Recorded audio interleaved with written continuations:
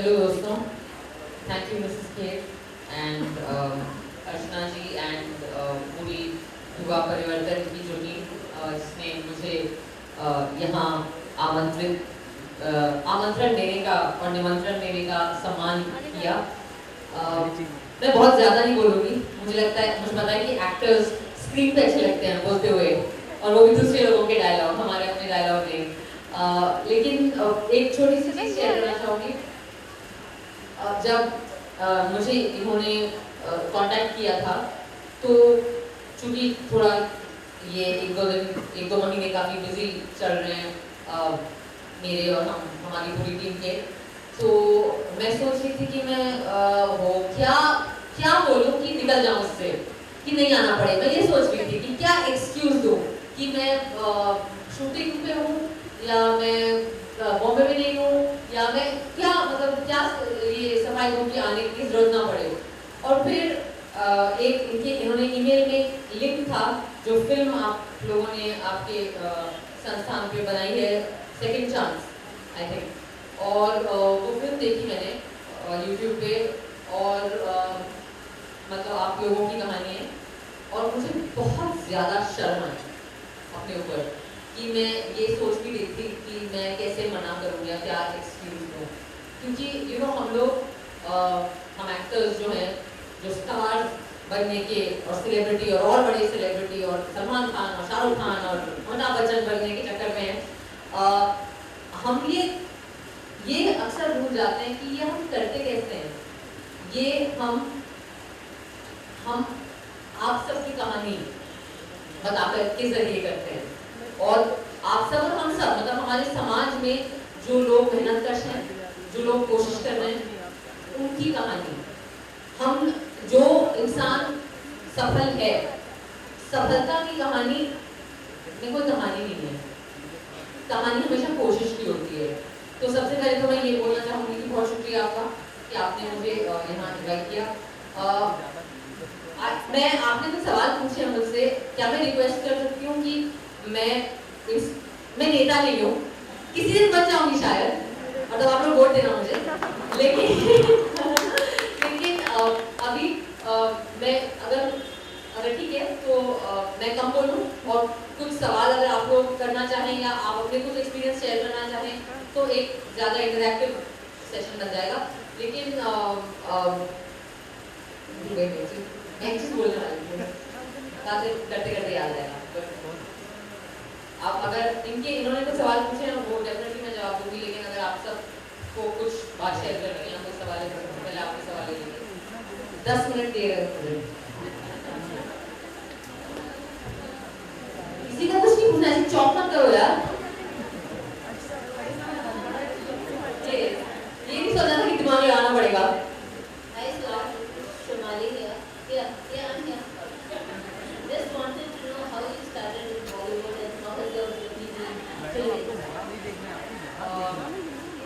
Well, मैं बहुत ही एक आम सी लड़की हूँ अभी भी। मैं बेसिकली कॉलेज में पढ़ रही थी JNU में, और मैं जैसे हम आई थिंक इंडिया में 99% लोग बेसिकली सिनेमा के फैंस हैं, और अगर सबसे पूछे कि यार अगर तुम्हें कोई जिन आ जाए और तुम्हारी ये ख्वाहिश पूरी कर दे तो क्या होगा, मुझे लगता है 99% लोग बोलेंगे हीरो बनना है या हीरोइन बनना है। तो मैं भी ऐसी ही थी। मेरा बचपन चित्रहार और सुपरहिट मुकाबला देखते हुए गुजरा, क्योंकि हमारे घर में केबल अलाउड नहीं था, क्योंकि मैं दिन भर टीवी देखती रहती थी। तो मेरी बचपन की तमन्ना थी कि मैं चित्रहार में आऊँ। फिर मैं भूल गई और ये सब। और फिर जब मैं JNU में थी तो मुझे लगा कि यार एक तो अगर हीरोइन बनना है तो हम लोगों के लिए उम्र का भी एक बहुत बड़ा फैक्टर होता है, कि जब तक बाल सफेद मोटे ना हो तब तक जब तक आप लग रहे हो कि आप 24-25 के हो, तब तक आपका काम चल जाता है। तो मैंने सोचा कि अब जिंदगी में जब तक कोशिश नहीं करोगे तो रिजेक्ट भी नहीं होगे। और मुझे हमेशा ये लगता है कि लाइफ में ना सबसे बुरी फीलिंग है, जिसे हम लोग इंग्लिश में कहते हैं व्हाट इफ, अगर वाली फीलिंग। अगर मैं तो ये कर देती, अगर मैं बोल देती कि मुझे उस लड़के से प्यार है तो क्या पता शादी हो जाती इससे। ये अगर वाली जो फीलिंग है ना, ये बहुत गंदी फीलिंग है। इससे बेटर है कि प्रपोज कर दो, रिजेक्ट हो जाओ, वो बेटर है ना। वो सब बहुत सारी लड़कियां सोच रही है कि ओ हाँ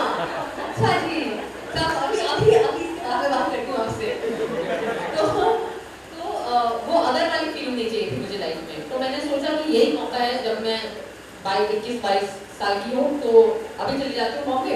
और बिल्कुल जैसे फिल्मों में होता है ना, जैसे फिल्मों में गांव से लोग बोरिया बिस्तरा बांध के वो बीटी पे आते हैं, और ये बॉम्बे सबसे पहली चीज जो, अगर बाहर अगर आप बॉम्बे के नहीं हो तो सबसे पहली चीज मैं आपको बता दूं क्या दिखता है बॉम्बे में, टैक्सी, काली बिल्ली, सिर्फ काली बिल्ली। तो मैं और मेरी दोस्त, उसको नौकरी लगी थी, एक लॉयर है, वो भी काफी सोशल जस्टिस की इश्यूज करती हैं, 30 साल से तलवार उनके साथ काम नौकरी लगी थी उसकी। तो हम दोनों पहुंच गए बॉम्बे में बोरिया बिस्तरा लेकर, और मेरी मम्मी पापा को लगा था कि लड़की की कभी शादी तो नहीं होगी, तो सारा दहेज और जहेज का सारा सामान उन्होंने दे दिया था, तो बहुत सामान और 2 लड़कियां, ऐसे शुरू हुई थी मेरी बॉम्बे की जर्नी। और मैं किसी को नहीं जानती थी ना बॉम्बे में ये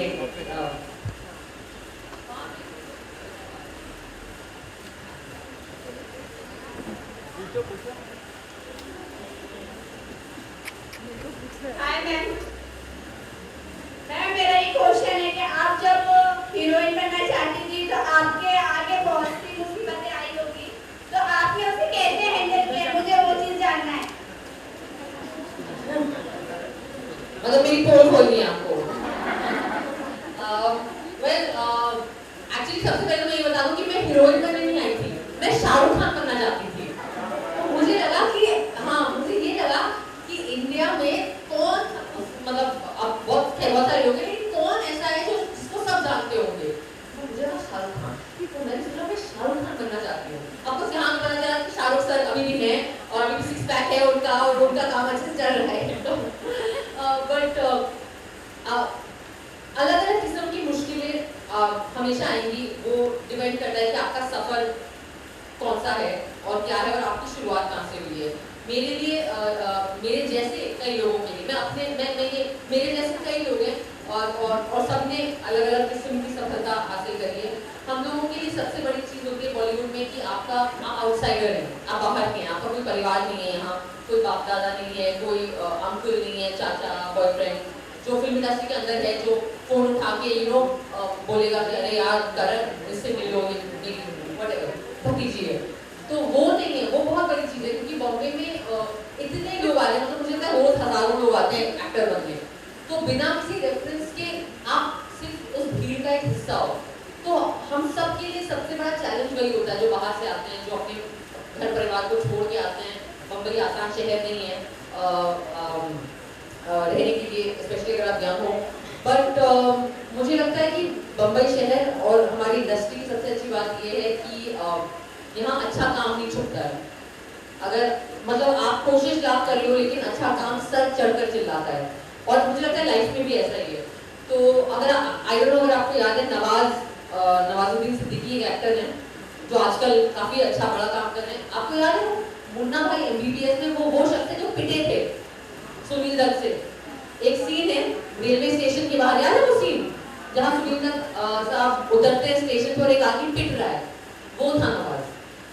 सो मैं कह रही हूँ, मैं अकेली नहीं हूँ, बहुत सारे हमारे जैसे लोग हैं। और एक क्वालिटी होती है लाइफ में जिसे हमारे माँ बाप बोलते हैं बुरी क्वालिटी है, लेकिन बाहर की दुनिया में जाकर जब हम कोशिश कर रहे हैं ना अपने सपने पूरे करने के लिए, तो वो बड़ी अच्छी क्वालिटी है। पता है क्या है? ढीठ होना। ढीठ पता है? ढीठ को आई नो मराठी में क्या कहते हैं? जिद्दी। हाँ, डबल आई डोंट नो, जिद्दी होना, ढीठ होना, मोटी चमड़ी है। तो चाहे जिसने जो भी बोला, मैंने कभी उसको मतलब वो मेरे को लोग अक्सर बहुत सारी चीजें बोलते हैं। आप अगर एक्टर हो तो लोगों को लगता है कि कुछ भी बोल सकते हैं, वो इस फिल्म के बारे में कुछ भी कह सकते हैं। तो मुझे याद है, मुझे एक बार एक बंदे ने ये बोल के निकाला था कि तुम बहुत ज्यादा इंटेलिजेंट लगती हो, इसलिए तुम हीरोइन नहीं बन सकती। मुझे आज तक समझ में नहीं आया कि इंटेलिजेंट और हीरोइन और क्या उसका क्या रिलेशनशिप था, मतलब मुझे एक्टिंग करनी है। बट तो हाँ, मोटी चमड़ी।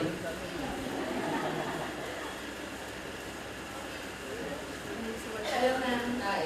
एक दिन के बाद आपको कभी कोई चीज़ नहीं दिखाई देता है या नहीं मिलता है आगे आपको, तो आपके साथ ऐसा क्या हुआ कि आप इंडस्ट्री में बस चलते ही चले गए, कि आपको भी सेकंड चांस मिला, या फिर कुछ ऐसी चीजें हुई जो आप चाहते थे?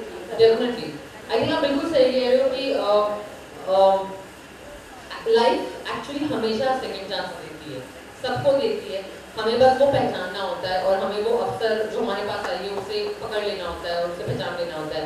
और मुझे नहीं लगता कि इंडस्ट्री ये फिल्मों में दिखाते हैं कि वो एक फिल्म हुई और वो स्टार बन गया और लोग रास्तों पे रोक रहे हैं लोगों ने, ऐसा होता नहीं है। आपको एक ब्रेक मिल सकती है आपकी पहचान बनने के लिए, लेकिन आपको वो पहचान कायम रखनी पड़ती है। सलमान, शाहरुख, आमिर आज 25-26 साल के बाद वहां हैं जहां वो हैं। 25 साल उन्होंने काम किया है। सो ये एक्चुअली एक ब्रेक नहीं, हम सबको, जितने बड़े से बड़ा स्टार को बार बार अपने आप को साबित करना पड़ता है और जिंदगी और इंडस्ट्री चांस देती रहती है। तो मेरे लिए भी मुझे अच्छा चांस मिले, मैं अपनी हर फिल्म को एक चांस मानती हूँ। तो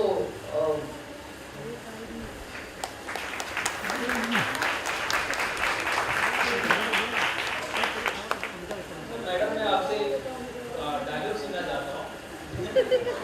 मेन बट्टे सन्नाटा मूवी का वो डायलॉग है और ये डायलॉग इसलिए सुनना चाहता हूँ क्योंकि हमारे जो यहाँ पे युवक है बेसिकली सब लोग फाइनेंशियली कंडीशन सबका स्ट्रॉन्ग नहीं है, आई मीन वीक है। तो उसी से रिलेटेड है वो डायलॉग कि जो लोग अमीर नहीं होते पर जो गरीब होते हैं तो उनके पास एक वो चीज़ होती है जो वो कर सकते हैं। शायद आपको याद आ गया यार, आप सबने मुझे यहाँ पे क्या एग्जाम देने के लिए बुलाया क्या? आपको वो सेंट्रल बोर्ड वाला एग्जाम जो आपको भी लेना पड़ता है। लेकिन हाँ, बहुत खूबसूरत डायलॉग है नील बट्टे सन्नाटा। अब मेरी पिछली फिल्म है, अगर आपने नहीं देखी है तो जरूर देखियो, क्योंकि आपके अच्छा यही फिल्म था। ओ वेरी गुड। फिर आपको बताना चाहिए मुझे वो डायलॉग। और बहुत खूबसूरत डायलॉग है जहाँ पे चंदा, मेरा जो किरदार है, वो रत्ना मैम से कहता है कि रत्ना कहती हैं कि नहीं, ये कहती है कि अगर गरीब के पास, रत्ना कहती है कि इंसान दो चीज से बनता है, मेहनत या किस्मत। तो चंदा कहती है कि अगर गरीब के पास किस्मत होती तो वो गरीब थोड़ा ही होता। तो रत्ना मैम कहती है हाँ, इसकी बची मेहनत और वो हमें करनी पड़ेगी। लेकिन इससे सॉरी रिलेटेड जल्दी से जरूर एक चीज बोलना चाहूँगी कि मैंने इस फिल्म को करते हुए और फिल्म इंडस्ट्री में जो मैं पिछले 7 साल से हूँ, मैंने एक चीज सीखी है कि ना, एक बहुत बड़ा झूठ है हमारी दुनिया में जो फैला हुआ है समाज में और हम सब उस पर विश्वास रखते हैं। आपको पता है क्या क्या है? गैस कर सकते हैं? हाँ, एक वर्ड है, गैस करो यार। हाँ, again I don't know Marathi में उसको क्या बोलते हैं, लेकिन हम लोग बोलते थे औकात। औकात बोलते हैं ना हम लोग, अक्सर लाइफ में भी यूज करते हैं, लड़ाई वड़ाई में भी यूज करते हैं ना, तेरी औकात क्या है, तेरी औकात क्या है। ये दुनिया का सबसे बड़ा झूठ है, क्योंकि इस वर्ड को यूज करके हमारी मानसिकता में ये डाल दिया जाता है कि हमारी औकात ही नहीं है कि हम वो सपना देखें। लेकिन लाइफ की असलियत ये है कि कोई भी सपना बहुत बड़ा नहीं होता और सपना देखने वाले की कोई औकात नहीं होती है। और आई थिंक कि आप लोग जो काम कर रहे हैं यहाँ पे, आप इस फिलॉसफी का आप साक्षात हो। तो मैं बस कंग्रेचुलेशन कहना चाहूँगी आपको।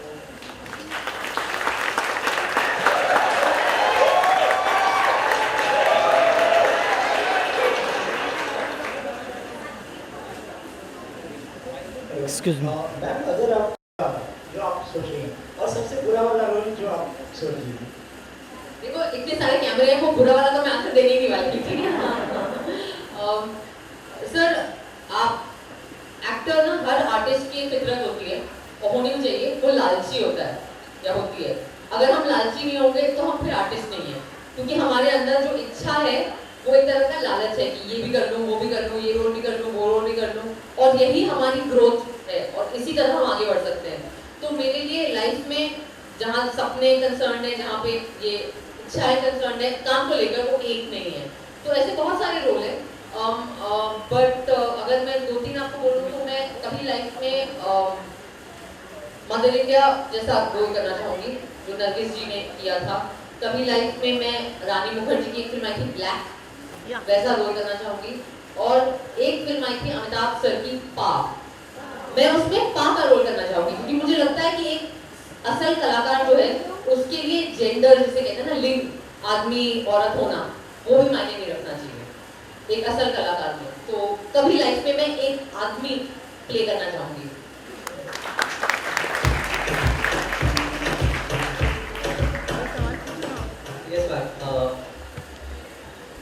have set benchmarks for yourself by doing roles in Ning Bhatte Sannata, Tanu Vs Banu. What can we look forward from Swara Bhaskar in the next few years? सबसे पहले तो you can look forward to Anarkali of Vaishali ji Arrah. Bihar का एक शहर है, भैया लोगों का शहर है। मैंने सुन के बोला हाँ, मराठी में बोला इन्होंने, बिहारी शहर का नाम नहीं पता चले। अनारकली आरा वाली, एक्चुअली उसका नाम है अनारकली ऑफ आरा। ये 24 मार्च को आ रही है फिल्म, बहुत ही बेहतरीन, और मैं ज़रूर चाहूँगी कि मैं आप सबको इनवाइट करूँ वो फिल्म देखने के लिए मेरे साथ। स्पेशली जितने ऑफ कोर्स जितनी लड़कियां हैं, लेकिन डेफिनेटली जितने लड़के हैं उन सबको आना होगा। सीटी बजाने के लिए नहीं आ पाए, हमें सीटी का काम नहीं चाहिए आपसे। तो अनारकली आ रहा है नेक्स्ट। उसके बाद मेरी एक और फिल्म है आपके कमरे में कोई रहता है, बहुत ही एक फनी कॉमेडी सी फिल्म है। और उसके बाद मैं करीना कपूर, सोनम कपूर, मैं और शिखा करके एक थिएटर की एक्ट्रेस है, हम चारों धीरे की वेडिंग करके एक फिल्म में आ रहे हैं। तो वो और आई होप आगे और काम आते हैं, एंड आई होप कि कभी लाइफ में मैं एक्चुअली आप सबसे प्रेरित होकर फिल्म इंडस्ट्री से बाहर निकल के कुछ और भी काम कर पाऊँ।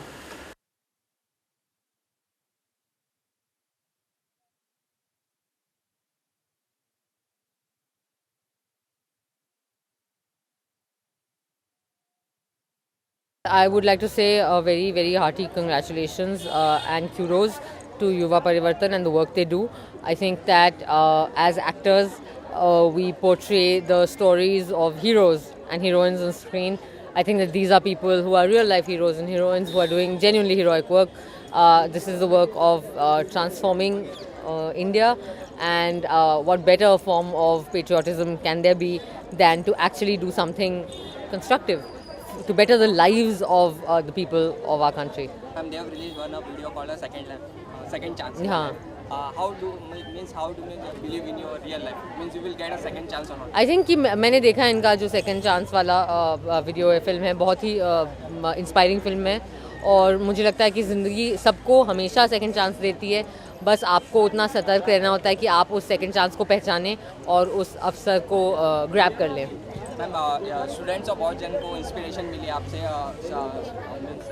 शबाना आज़मी और स्मिता पाटिल के बाद आपका नाम लिया गया, तो आपको कैसा लग रहा है? मुझे कान पकड़ने का मन कर रहा है। आई थिंक कि मुझे हमेशा लगता है कि हम परिणाम पे किसी तरह का कोई कंट्रोल नहीं होता है, लेकिन अपनी कोशिश पे कंट्रोल होता है, और वो एक सेइंग है ना कि कोशिश करने पे खुदा भी मिल जाते हैं। तो मुझे लगता है कि वो बहुत सच है लाइफ में, and that's the only thing I go by. So student के साथ इंटरेक्शन करके कोई यादें ताज़ा हुई कॉलेज या स्कूल की? मुझे वो यादें ताज़ा हुई। मैं बार बार मुझे लग रहा था कि अब बोलना बंद कर दो, क्योंकि लोग जब स्टेज के उस तरफ होते हैं तो ये जो माइक पकड़ के अपनी बातें अच्छा लगता है, जब आप उस तरफ होते हैं तो लगता है कि ताली बजा दो, बंद कर दो इनको। आपकी मूवी आ रही है अनारकली ऑफ आरा। जी, अनारकली ऑफ आरा मेरी फिल्म, आने वाली फिल्म है, 24 मार्च को आ रही है। बहुत ही खूबसूरत और ब्रेव फिल्म है, एंटरटेनिंग भी है, कमर्शियल भी है, लेकिन एक बहुत ही सही मुद्दा भी है उसमें, और एक बहुत अच्छी बात कहती है फिल्म। तो मैं चाहती हूँ कि ज़्यादा से ज़्यादा लोग देखें इस फिल्म को।